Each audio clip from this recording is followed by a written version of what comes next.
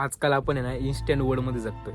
म्हणजे माणसाला ना बघा ना लगेच पाहिजे सगळ्या गोष्टी लगेच पाहिजे. Instant noodles, instant recharge, instant likes. ह्याच माइंडसेटमुळे ना तुम्हाला असं वाटतं की भाई सक्सेस सुद्धा लवकरच मिळावं. पण यश ना एकदम स्लो कुकिंग सारखं आहे. यशाला पाहिजे मेहनत, यशाला पाहिजे पेशन्स, यशाला पाहिजे वेळ. आता बघा ना एका झाडाला फळ द्यायला सुद्धा वर्ष लागतात आणि समुद्रामध्ये मोती बनायला तर काहीतरी वेळ लागतो आणि एका लहान मुलाला मोठं होऊन यशस्वी होण्यासाठी वर्ष लागतात. यश एका दिवसात मिळत नाही, पण दररोजच्या मेहनतीने, दररोजच्या दिवसांनी यश बनतं.